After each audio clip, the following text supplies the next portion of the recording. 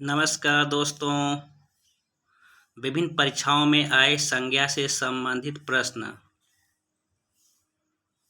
Question number 1 है, बुढ़ापा एक प्रकार का अभिशाप है, रेखांकित शब्द की संज्ञा है।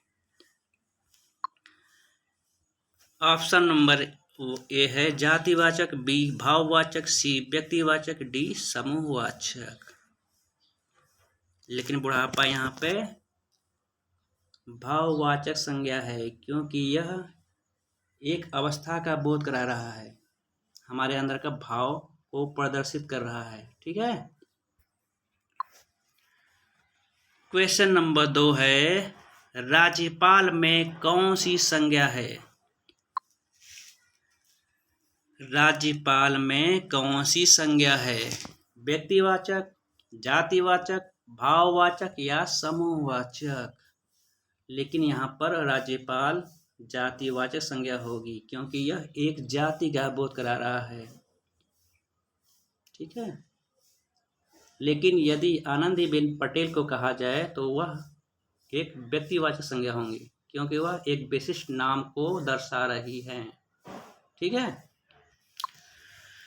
क्वेश्चन नंबर 3 देखिए, पशु चर रहे हैं। ठीक है, पशु चर रहे हैं, टाइपिंग में मिस्टेक हो गया है। पशु किस प्रकार की संज्ञा है? व्यक्तिवाचक, जातिवाचक, भाववाचक या द्रव्यवाचक?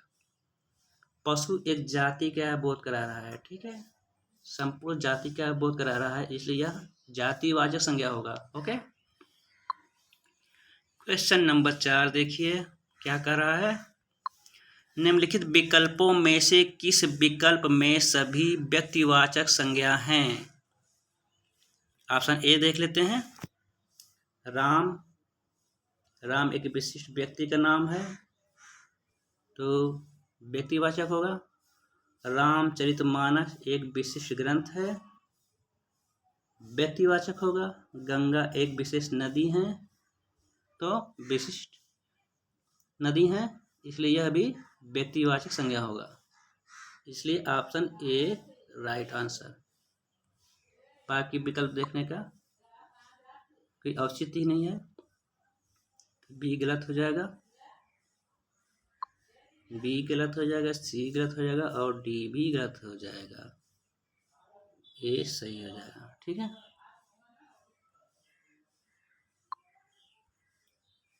आप क्वेश्चन नंबर 5 देखिए, समुद्रगुप्त भारत का नेपोलियन था, मेन नेपोलियन किस प्रकार की संज्ञा है? व्यक्तिवाचक, जातिवाचक, भाववाचक या समूहवाचक? यहाँ पर समुद्रगुप्त भारत का नेपोलियन था में नेपोलियन जातिवाचक संज्ञा होगा, क्योंकि नेपोलियन की तुलना समुद्रगुप्त से किया गया है।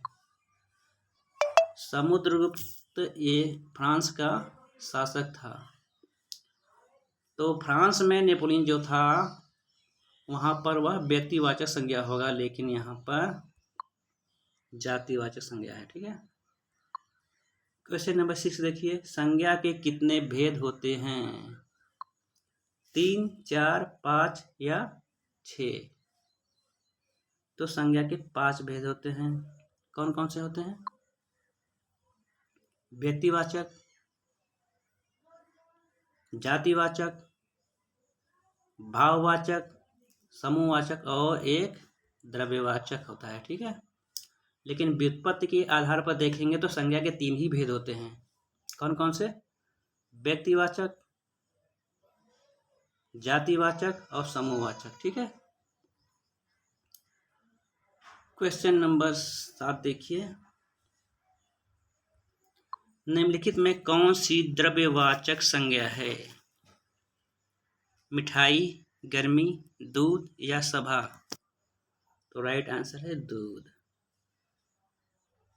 ठीक है, दूध है।